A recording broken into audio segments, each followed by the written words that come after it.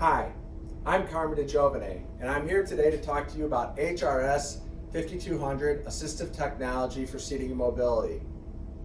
I put together a series of introductory videos with the help of the School of Health and Rehabilitation Sciences and the Office of Distance Education and E-Learning to help you better learn about assistive technology. Holy cow, can you believe that we're already in the 5th module of the semester? We're already over a quarter of the way through. Actually, I think we're already over a third of the way through, which is pretty cool. Now, I use the term holy cow because I'm a huge Chicago fan. More importantly, I'm a Chicago Cubs fan. If you haven't heard of holy cow before, go out on the internet, check it out, link it to the Chicago Cubs, figure out which announcer used the term holy cow all the time. Post it in one of the discussion posts. Well, by the time you see this video, the Super Bowl will be over with. You'll watch a couple commercials, watch the halftime show, and we'll know more about the Fighting Illini men's basketball team and where they are in the standings. Right now, they're number 12. I'm a huge Fighting Illini fan. I even wore my lucky socks because I'm hoping they'll do well in the next week and a half.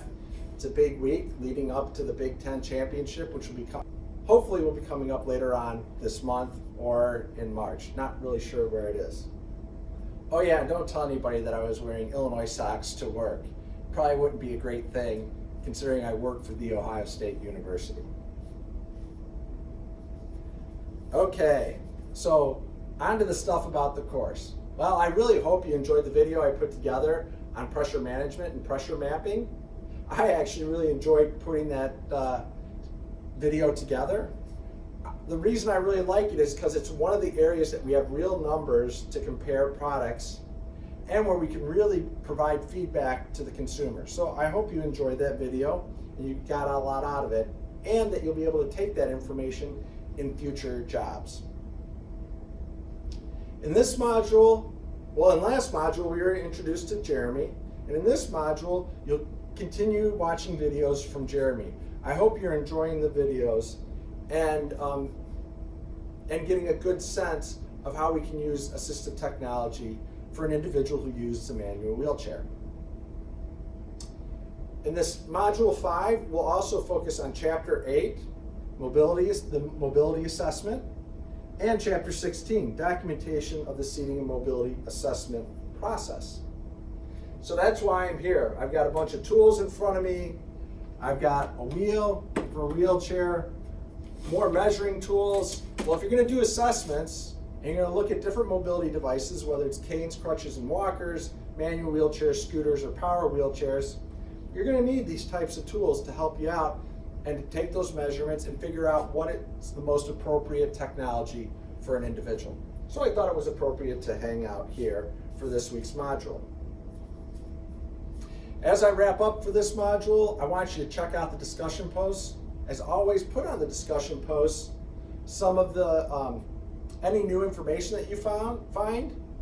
One of the posts this week was from Kendall, who talked about the Abilities Expo. It's a great expo to go to, and it's available virtually.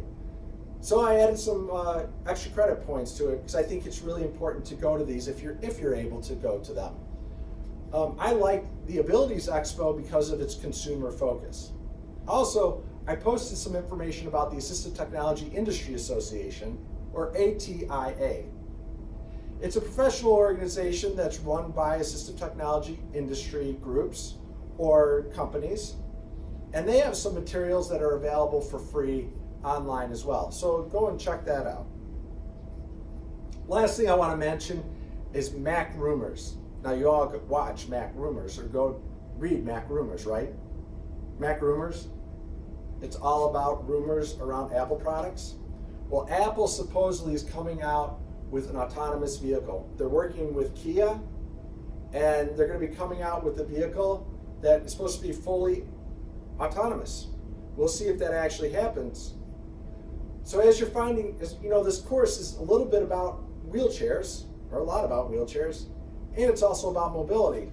So consider how an autonomous vehicle could really support, so facilitate transportation, or create a barrier for transportation for an individual with a disability, especially an individual who's using a manual or power wheelchair. The other thing I want to tell you about is a rumor that Apple is coming out with a VR virtual reality headset. It'll be interesting when it comes out, but it'll be interesting to see how we could use that technology to support people who are learning how to use a manual wheelchair or power wheelchair for the first time. Can we use VR to support the training aspects? Just an interesting thought. So I'll provide some links to those, and just consider the application of autonomous vehicles and virtual reality. The last piece of technology I just want to bring up is the iPad with LiDAR, L-I-D-A-R. So I'll provide a link to that, check it out, and consider how you could use that as part of the assessment process.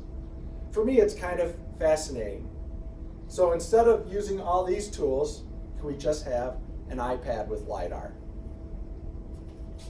Well, I hope you all have a great week. I hope you enjoyed the pressure mapping video from Module 4, and I hope you enjoy the chapters and the assignment from Module 5. Well, you may not enjoy them, but I hope you find them useful. Thanks, and have a great week.